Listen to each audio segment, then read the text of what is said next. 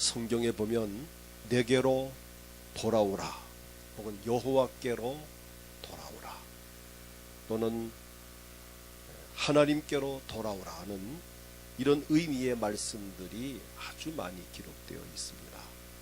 오늘 본문에 보면 악인은 그의 길을 불의한 자는 그의 생각을 버리고 여호와께로 돌아오라 이렇게 말씀합니다. 그리하면 그가 긍휼히 여기시리라. 우리 하나님께로 돌아오라. 또 이렇게 말씀하십니다. 그가 너그럽게 용서하시리라. 자, 당시 하나님을 멀리 떠난 이스라엘 백성들에게 선지자 이사야를 통해서 하신 말씀입니다. 오늘 저나 여러분에게 주시는 주님의 음성입니다. 하나님은 지금도 자기 백성들이 하나님께 돌아오기를 원하고 계십니다. 오늘 말씀의 제목이 돌아오기를 원하시는 하나님. 첫째로 우리가 어떻게 돌아가야 하는가?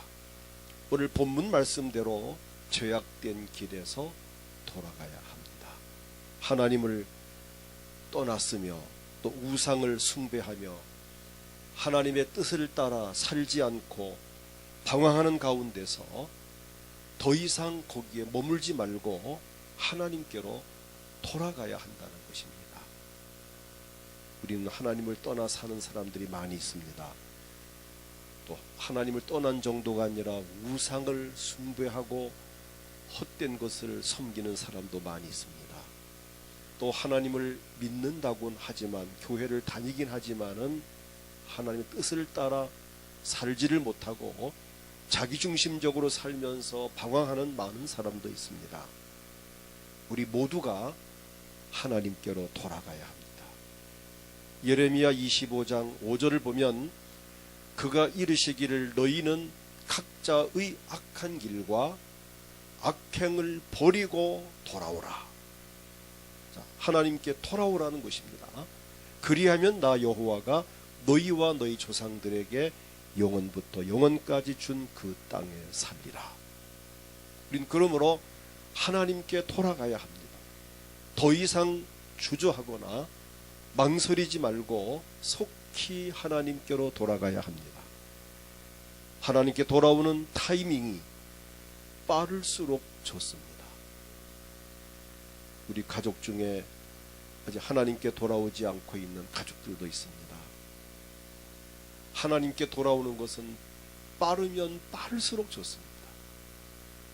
열왕기상 18장 21절을 보게 되면 엘리야가 그 모든 백성에게 가까이 나가 이르되 너희는 어느 때까지 둘 사이에서 머뭇하려느냐.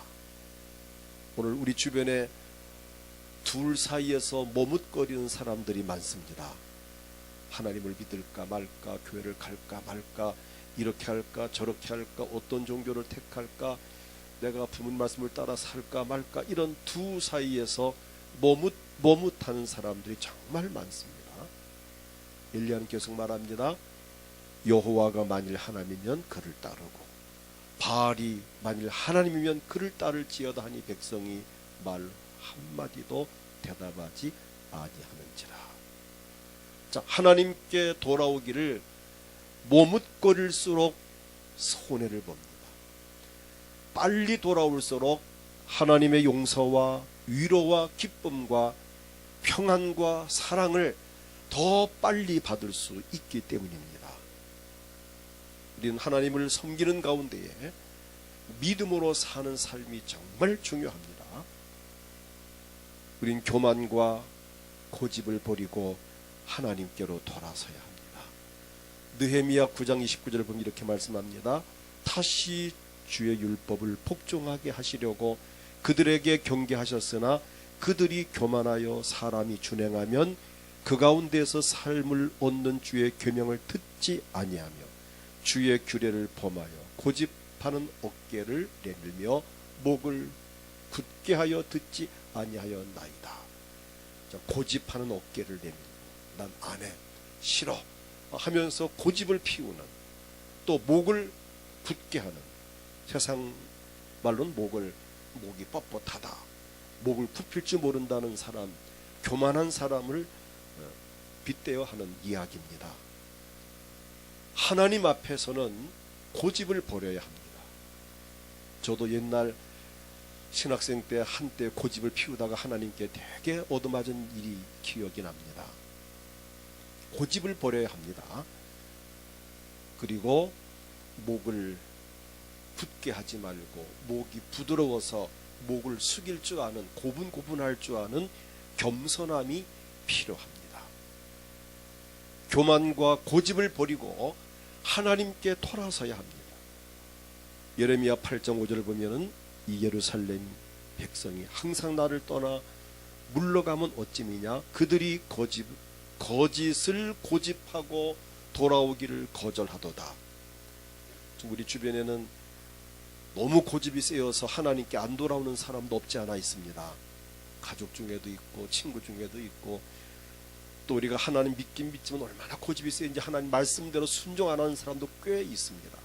믿음으로 살아야 되고 경건하게 살아야 되고 주의를 성수하고 11조를 드리고 기도하고 전도하고 헌신하고 감사하는 삶을 살아야 되는데 고집을 피우고 그 세계에 뛰어들지 않는 경우를 우리 가끔 봅니다. 만약에 우리가 믿으면서 고집을 부리고 하나님께 돌아오기를 거절하면 어떤 일이 생길까요? 다 경험하신 일들입니다. 어떤 일이 생기든가요? 내가 고집을 피우고 하나님께 반항하고 순종치 아니할 때 어떤 일이 생겼습니까? 예레미야 44장 12절을 보면 이렇게 말씀합니다. 내가 또 애굽 땅에 머물러 살기를 고집하고, 자, 하나님께 돌아오지 아니하고 애굽 땅에 머물며 애굽의 신을 섬길 거야 라고 고집하고 그리로 들어간 유다의 남은 자들을 처단하리. 하나님께서 처단하신답니다. 그들이 다 멸망하여 애굽 땅에 엎드러질 것이라. 그들이 칼과 기근에 망하되 낮은 자로부터 높은 자까지 칼과 기근에 죽어서 저주와 놀램과 조롱과 수치의 대상이 되리라. 하나님 앞에 고집을 피우고 순종치 않는 자의 결과입니다. 그뿐만이 아닙니다. 신약성경 로마서 2장 5절을 보면 다만 내 고집과 회개하지 아니한 마음을 따라 진노의 날 곧 하나님의 의로우신 심판이 나타나는 그날에 임할 진노를 내게 쌓는도다. 고집을 피우고 회개하지 아니하면 스스로 진노를 쌓는 것이 된다는 이야기입니다. 우린 그러므로 고집을 버리고 하나님께 돌아가는 길은 바로 그것이 행복의 지름길입니다. 어리석음을 버리고 하나님께 돌아가야 됩니다. 시편 14편 1절을 보면 이렇게 말씀합니다. 어리석은 자는 그의 마음에 이르기를 하나님이 없다 하는도다. 우리 주변에 하나님이 어디 있어? 신은 없어 라는 사람들이 있습니다. 그를 가리켜서 어리석은 자라고 표현합니다. 그들은 부패하고 행실이 가증하니 선을 행하는 자가 없도다. 이 말씀과 같이 어리석은 자는 하나님이 없다고 합니다. 하나님의 존재를 부정하는 사람이 하나님께 돌아올 수가 없습니다. 그러나 분명히 존재하시는 하나님을 내가 없다고 우긴다고 해서 그 하나님이 없어지는 건 아닙니다. 무신론자가 하나님이 없다고 아무리 논문을 쓰고 발표를 해도 하나님은 여전히 계십니다. 하나님이 없다고 하는 동안 그는 엄청난 것을 잃고 있는 것입니다. 그러므로 인간의 어리석음을 버리고 하나님께로 돌아와야 합니다. 잠언 19장 29절을 보면은 심판은 거만한 자를 위하여 예비된 것이요 채찍은 어리석은 자의 등을 위하여 예비된 것이니라. 고집 피우고 교만하고 거만하고 어리석은 자는 채찍이 예배되어 있다는 것입니다. 그래서 우리는 그러므로 어리석음을 버리고 하나님께로 돌아와야 합니다. 고집을 버리고 하나님께 돌아와야 합니다. 우리가 믿는 사람 가운데서도 고집을 버리고 교만을 버리고 인간의 헛된 생각들을 버리고 정말 하나님께 돌아서는 이 자세가 필요합니다. 그 다음 둘째로 하나님께 돌아오면 어떤 일이 일어나는가? 자, 하나님께 돌아오면 어떤 일이 일어날까요? 여러분, 하나님께 돌아온 후에 어떤 일이 일어났습니까? 은혜 받고 복을 받고, 우선 제일 중요한 것이 순서대로 본다면은 하나님께 돌아오면 용서를 받습니다. 아멘. 용서를 받습니다. 지난날의 모든 죄를 용서받습니다. 요엘서 2장 12절로 14절을 보면 여호와의 말씀에 너희는 이제라도 금식하고 울며 애통하고 마음을 다하여 내게로 돌아오라 하셨나.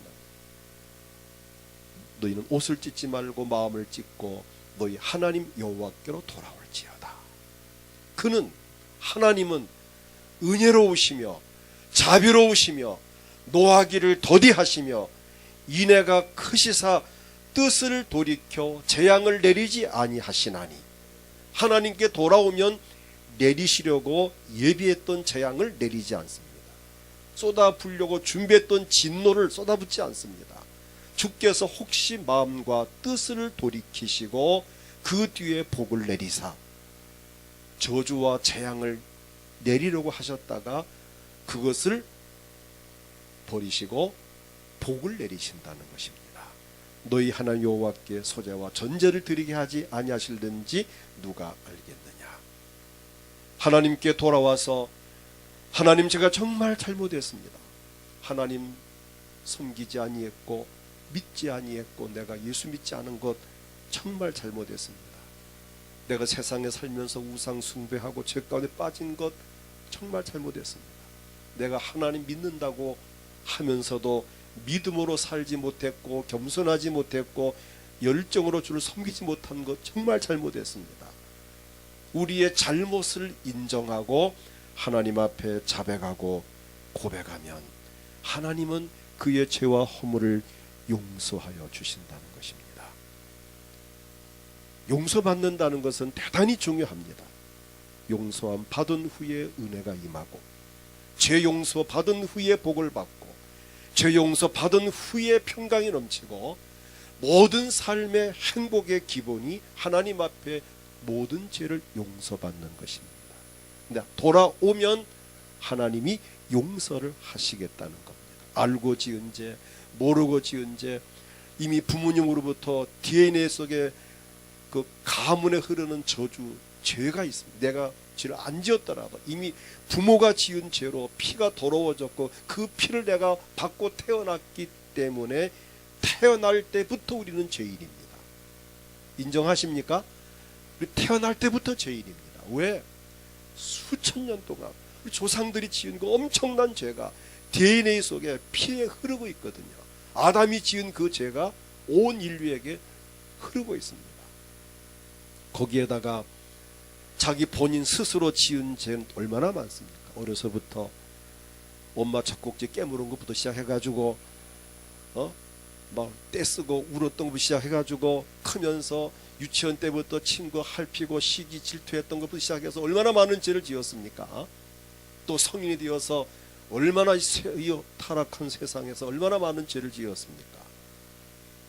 그런데 어떠한 죄를 지었든지 하나님 앞에 돌아와서 그 죄를 자백하고 고백한다면 하나님은 용서하신다는 것입니다.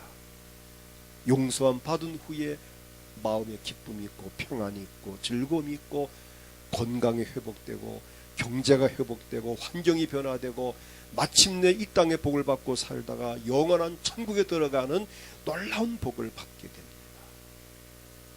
호세아 6장 1절로 2절을 보면 이렇게 말씀합니다. 오라, 우리가 여호와께로 돌아가자. 여호와께로 돌아가자는 것입니다. 왜? 여호와께서 우리를 찢으셨으나 도로 낫게 하실 것이요 우리를 치셨으나 싸매어 주실 것임이라. 우리를 치셨지만 싸매어 주시고 아프게 했지만 낫게 하신다는 겁니다. 치료하신다는 겁니다. 모든 병을 고쳐주시겠다는 겁니다. 여호와께서 이틀 후에 우리를 살리시며 셋째 날에 우리를 일으키시리니 우리가 그의 앞에서 살리라. 이틀 후에 살리고 셋째 날 일으킨다는 말이 무슨 말일까요? 동양이나 서양이나 사람이 죽으면 보통 이틀 지내서 3일째 되면 장례를 치릅니다. 혹 죽었더라도 무덤에 묻기 전에 이틀 후에 살리시겠다는 겁니다. 경우에 따라 살아야 할 사람 같으면 살리시겠다는 겁니다. 우리 하나님은 치셨다가도 도로 낫게 하시고 치셨다가도 싸매어 주시는 분이십니다. 모든 병을 고치시는 우리 하나님이십니다.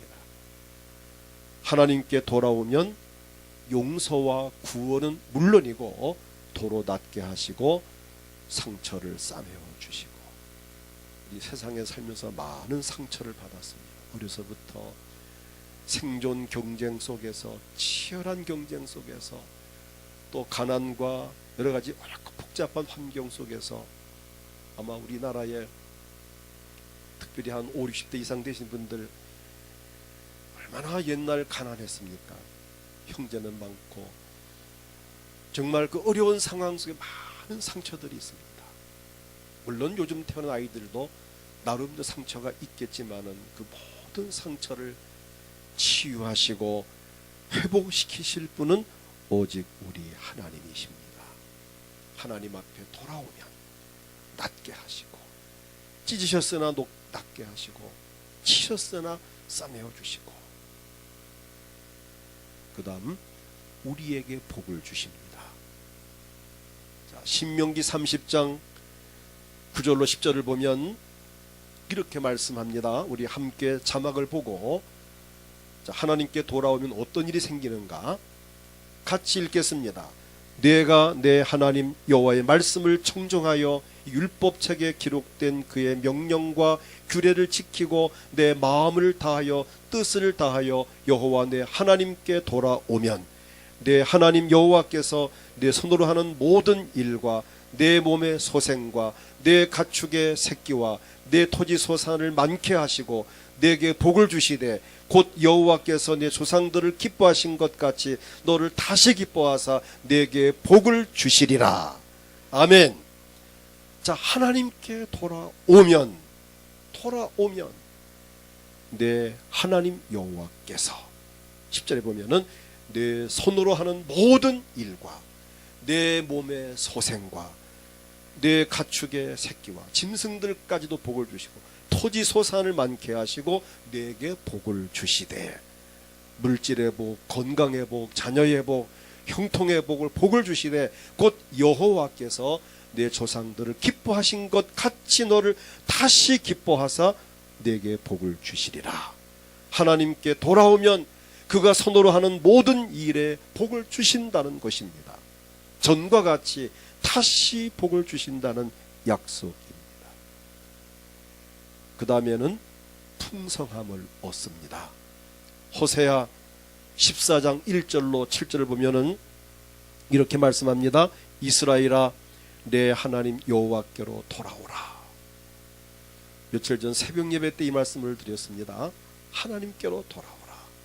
내가 불의함으로 말미암아 엎드러졌느니라.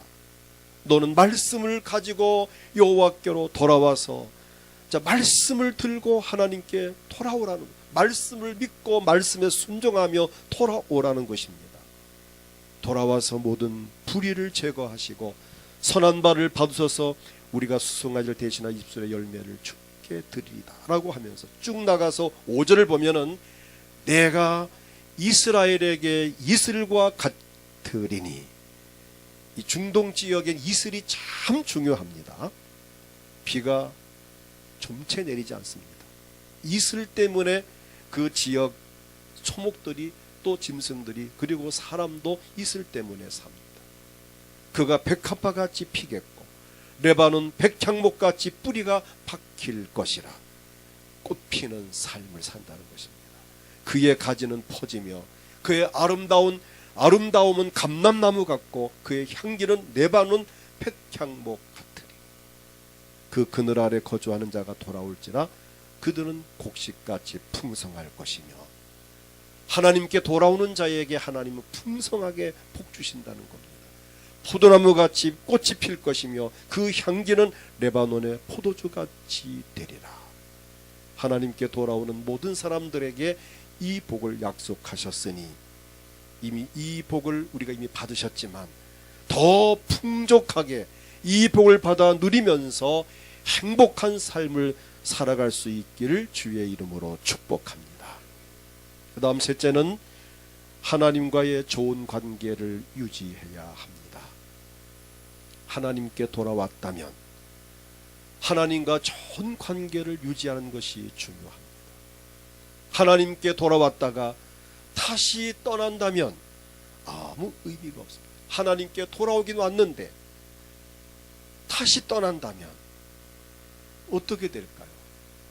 사사기에 보게 되면 이스라엘 백성들이 하나님께 돌아왔다가는 또다시 떠나고 또 떠나면 하나님께로부터 재앙을 만나고 저주를 받고 막 고통 중에서 또 너무 힘드니까 하나님 내가 잘못했습니다 회개하고 돌아오면 용서를 받고 또 용서받고 살만하면 또 하나님 떠나고 이런 삶을 반복합니다. 그러니 어떻게 그 삶이 안정이 되겠습니까? 늘 풍랑 속에 사는 겁니다. 여러분, 하나님께 돌아왔다면 하나님을 떠나지 않아야 합니다. 하나님을 떠날 때는 어김없이 고난이 따르게 되어 있습니다. 이스라엘 백성들이 그랬어요. 사사기를 보면은 그랬어요.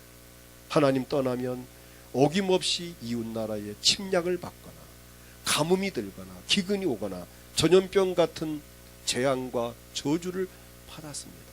그러나 또 이스라엘 백성들이 사사들을 통해서 또 선지자를 통해서 말씀을 듣고 회개하고 돌아오면 용서를 받고 평안을 누렸습니다. 또다시 우상 숭배하면 또 떠남으로 인한 또 고난을 또 당하는 이게 반복되는 삶이 구약성경 사사기의 내용입니다. 우리 은광교회는 사사기가 있는 그런 사건들이 일어나지 않기를 축복합니다. 우리는 하나님과의 좋은 관계를 유지해야 합니다. 1차적으로 하나님께 돌아오는 관계 회복이 있어야 되고, 아멘. 일단 하나님께 돌아와야 관계가 회복됩니다. 죄를 버리고 우상을 버리고 교만을 버리고 고집을 버리고 어리석음을 버리고 자존심을 버리고 이 핑계 저 핑계를 다 버리고 하나님께 돌아오면 하나님의 자녀로서의 구원을 받고 복을 받습니다. 그 다음 관계 회복 이후에 계속해서 하나님과의 관계를 유지해야 합니다. 하나님께 돌아오긴 돌아왔는데 구원은 받았는데 복은 받았는데 그 관계를 유지하지 못하고 하나님을 떠나거나 하나님을 버린다면 어떻게 되겠습니까? 우리는 하나님과의 관계를 유지해야 합니다. 좋은 관계를 유지하기 위해서는 신앙생활의 기본 자세가 되는 주일 성수 기본입니다. 우리 기본 말을 잘 하는데 우리는 신앙생활의 기본이 주일 성수입니다. 예배 드리는 것입니다. 신앙의 기본이 기도 생활입니다. 하나님 앞에 온전한 헌신, 충성, 봉사, 순종하는 삶, 감사하는 삶, 10의 1조의 생활이 기본입니다. 헌금의 기본이 10의 1조입니다. 겸손한 생활, 이런 뒷받침이 되는 기본적인 삶을 살아갈 때에 그 관계가 유지가 됩니다. 그 관계를 이어갈 수 있습니다. 그런데 하나님께 예배하는 삶을 등한히 하고 주일 성수를 하지 못하고 자꾸 세상으로 치우치고 죄 가운데 빠지고 또 하나님과 멀어지는 삶을 산다면 관계는 소원해집니다. 관계는 끊어지게 됩니다. 관계가 끊어지게 되면 영적으로 병들고 영적으로 쇠약해지면 육신적으로 고통스럽고 환경적 어려움이 따르게 되고 이게 늘 유기적이기 때문에 영혼이 잘 될 때 범사가 잘 되고 강건해지지만 영혼이 쇠약해질 때는 범사도 어려워지고 몸도 약해지고 여러 가지 문제들이 따른다고 하는 사실입니다. 우린 그러므로 하나님과의 관계를 좋은 관계로 유지할 수 있기를 축복합니다. 좋은 관계를 유지해야 돼요. 인간관계도 정말 중요하잖아요. 대인관계 중요하지 않습니까? 이처럼 하나님과의 관계가 정말 중요합니다. 그 어떤 관계냐? 좋은 관계를 유지하기를 축복합니다. 아까 말씀드린 신앙생활의 기본적인 자세를 통한 좋은 관계를 유지하십시오. 그 다음에는 삶의 변화가 일어나야 합니다. 하나님을 섬기는 사람으로서 하나님의 속성인 사랑하는 마음을 가져야 합니다. 하나님을 사랑하고 주의 몸된 교회를 사랑하고 가족을 사랑하고 이웃을 사랑해야 됩니다. 그리고 오늘 오후에 심장병 어린이를 돕는 우리가 자선 사랑의 음악회를 합니다. 태어날 때부터 심장에 기형이 생겨서 참 그 고생한 그 어린 아이들, 어린 생명들 얼마나 참 안타깝습니까? 우리가 개인적으로 심장병 어린이를 돕는다는 것은 참 어려운 일이지만 이렇게 우리가 미랄 심장재단을 통해서 우리가 좀 부족하지만 협력을 하는 것이죠.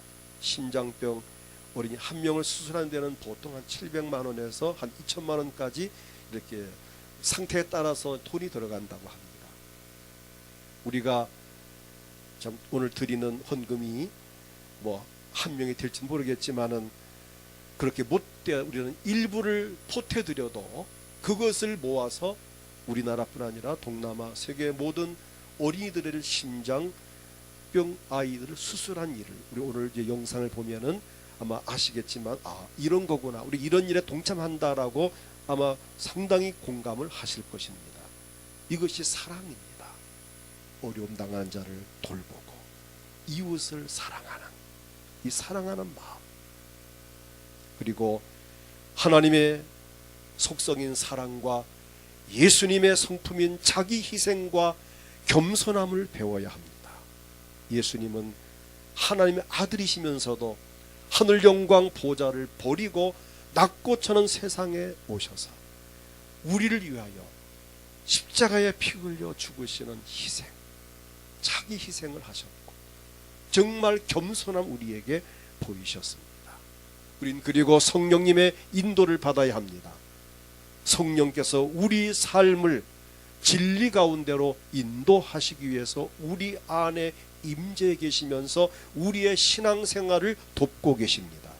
오늘 새벽에도 말씀드렸지만 우리는 성령님의 감동을 받아야 됩니다.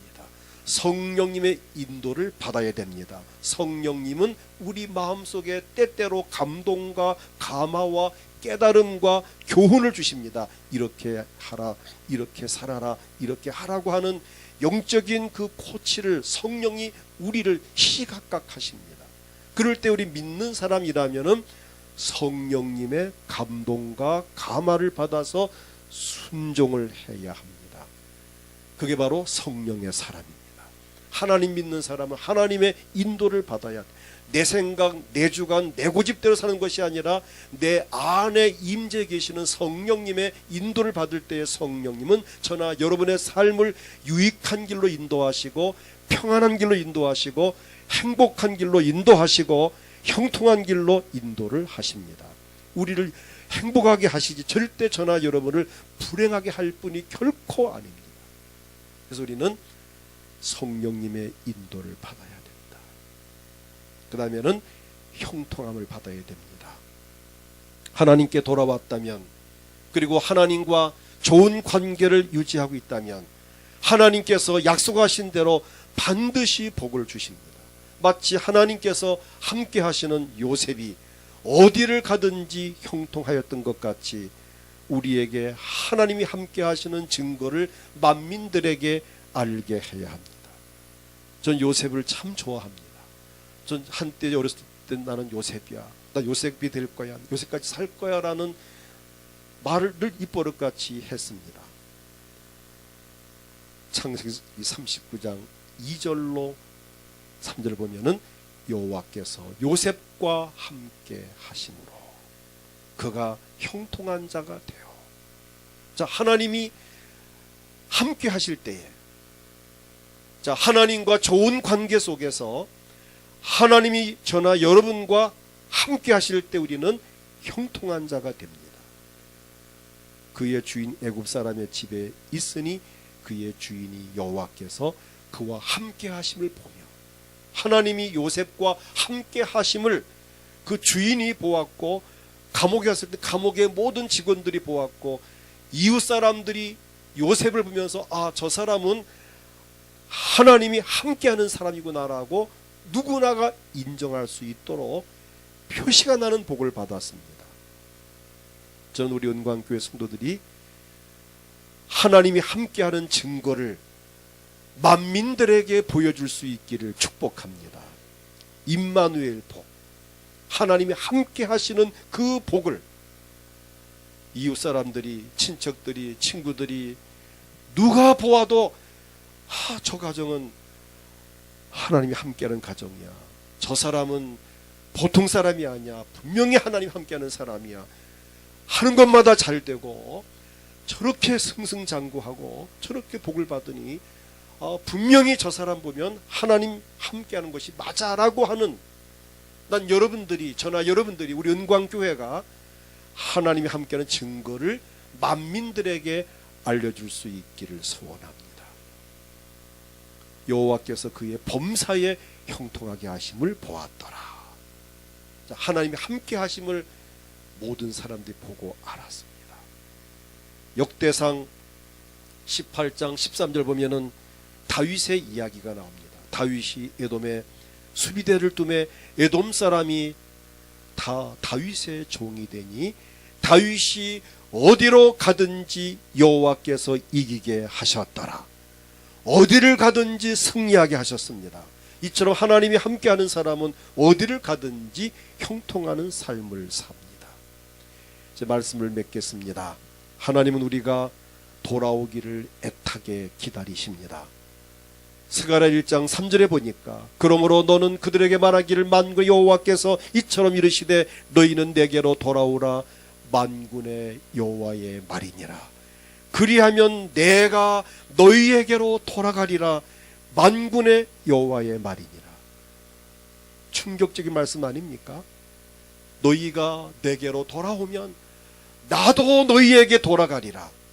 우리가 하나님 앞에 돌아가면 하나님도 나에게로 돌아오신다는 겁니다.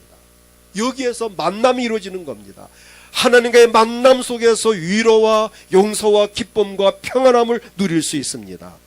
내가 하나님 찾아갔는데 하나님께서 나 너를 모른다, 너 왜 이제 나한테 찾아왔느냐, 난 너를 몰라 하고 외면하신다면 정말 큰일이지만, 그런데 우리가 하나님께 돌아가면 하나님께서도 나에게로 돌아오셔서 나를 안아주시고 품어주시고 위로하시고 용서하시고 기쁨을 주시고 형통함을 주신다는 이 약속의 말씀을 믿고 하나님께로 우린 돌아가야 됩니다.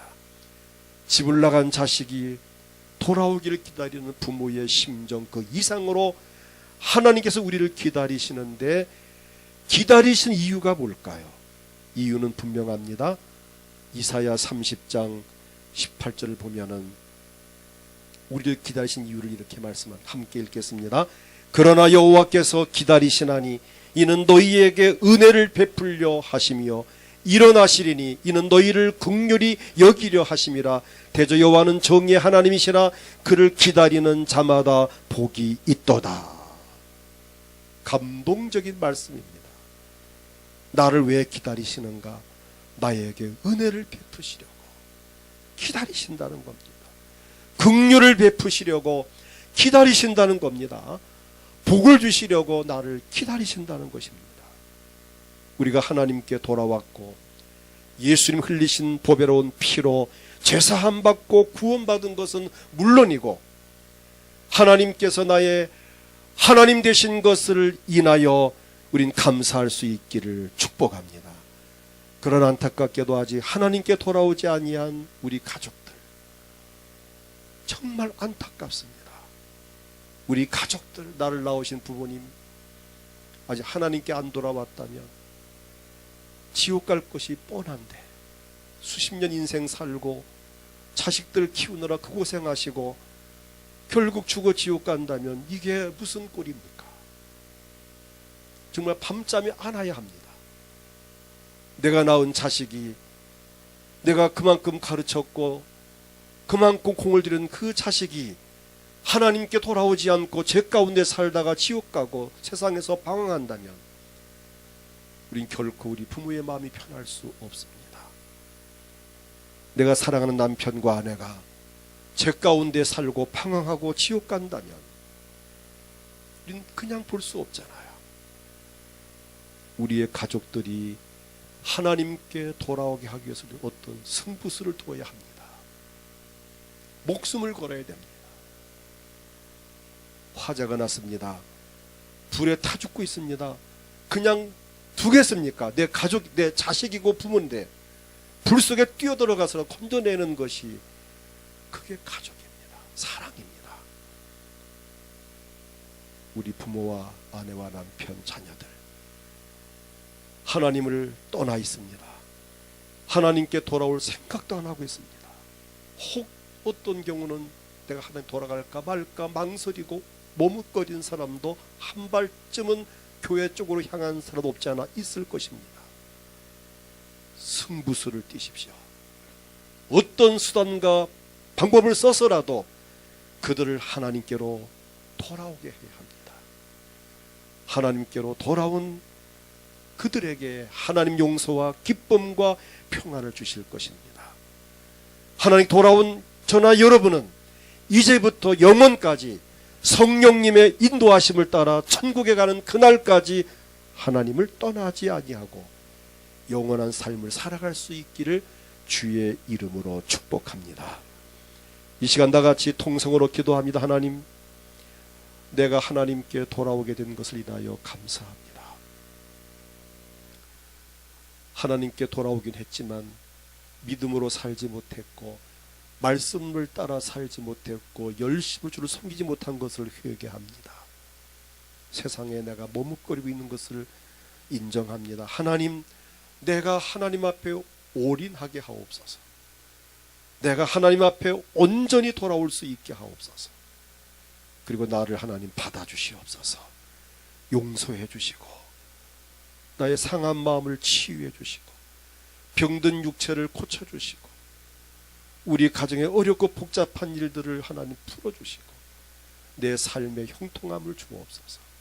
하나님, 그리고 아직도 하나님께 돌아와야 될 우리 가족들이, 내 형제들이 돌아오지 않고 있습니다. 그들도 속히 하나님께 돌아와서 이 복을 함께 나누게 하시고 하나님께 돌아온 저나 여러분, 이제 어떤 경우도 하나님을 떠나거나 멀리하지 아니하고 주님을 바짝 따라갈 수 있는 주님과 좋은 관계를 유지할 수 있도록 주여 도와주시옵소서.